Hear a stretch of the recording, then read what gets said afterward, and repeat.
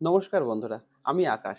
আচ্ছা, সাউথের সব সিনেমার স্টোরি মোটামুটি কি একই রকম মনে হয় না? যে নায়ক যিনি আছেন সে একটা ভালো কিছু কাজ করছে, করতে হঠাৎ করে গুন্ডাদের সঙ্গে ঝামেলা হচ্ছে। তো দেখানো হয় তার বিশাল বড় একটা পাস্ট আছে। তো সবকিছু সিনেমার মনে হয় না স্টোরিটা একই রকম? আমার তো কেন জানি না মনে হয় সব সিনেমাগুলো মোটামুটি ঘুরে ফিরে ব্যাপারটা একই থাকে। যে নায়কদের বিশাল বড় একটা পাস্ট আছে, সে বড় একটা গুন্ডা ছিল অতীতে, নাহলে কোনো বড় গুন্ডার আন্ডারে কাজ করত। তো সেরকমই আরেকটা সিনেমা আমি দেখলাম। সিনেমার নাম হচ্ছে 'মা ইনতি বাঙ্গারাম'। এখানে প্রধান চরিত্রে যে সামান্থা রুথবাবু শাড়ি পরে অ্যাকশন করছে। তো এই জিনিসটা কিন্তু ইউনিক লাগবে, বেশ ভালো লাগবে। পরিচালনায় আছে রাজ, তার নিজেরই হাসব্যান্ড। সিনেমার নাম 'মা ইনতি বাঙ্গারাম'। হটস্টারে পেয়ে যাবেন। দুঃখের খবর একটা হিন্দিতে পাবেন না। ইংলিশ সাবটাইটেল পেয়ে যাবেন, যেটা বুঝতে অসুবিধা খুব একটা হবে না। সিনেমাটা রিলিজের পরেই প্রায় ৳১০০ কোটি কামিয়ে ফেলেছিল। তো কেমন হলো এই সিনেমাটা? আজকে সেই কথাই বলব। তো ১ম এই দেখানো হয় সামান্থা বিয়ে করে আসছে। প্রায় ২ বছর পরে স্বামী দিগান্তের কাছে।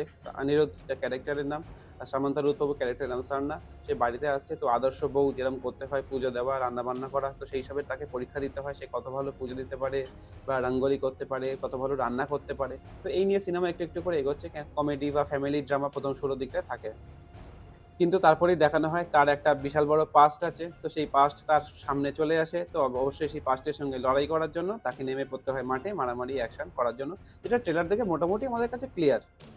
এবার বলি পজিটিভ। পজিটিভ যদি বলি সামান্থার যে অভিনয়, তাকে দেখতে এত সুন্দর লাগছে। তার হাসি, কিউটনেস দুর্দান্ত, দারুণ, খুব ভালো লাগবে। আর শাড়ি পরে যে অ্যাকশন দৃশ্যগুলো, ইমোশনাল বা ফিলিংস যেগুলো তুলে ধরা হয়েছে সামান্থাকে দেখিয়ে, দুর্দান্ত। আর ক্লাইম্যাক্সটাও কিন্তু বেশ ভালো, খুব ভালো লাগবে। আর নেগেটিভ যেটা বলি, সিনেমাটা অ্যাকচুয়ালি প্রায় ২.৫ ঘন্টার উপরে। এটা একটু ছোট হলে ভালো হতো। ১ম দিকে ফ্যামিলি ড্রামাটা বিয়ে হয়ে আসার পর থেকে সেটা অত্যন্ত বেশি দেখানো হয়েছে। আরেকটা জিনিস যেটা খুব ভালো হতে পারত সিনেমায় কিন্তু হলো না, সেটা হলো সামান্থার যে ব্যাক স্টোরিটা সেটা আরেকটু যদি স্ট্রংলি দেখাতো।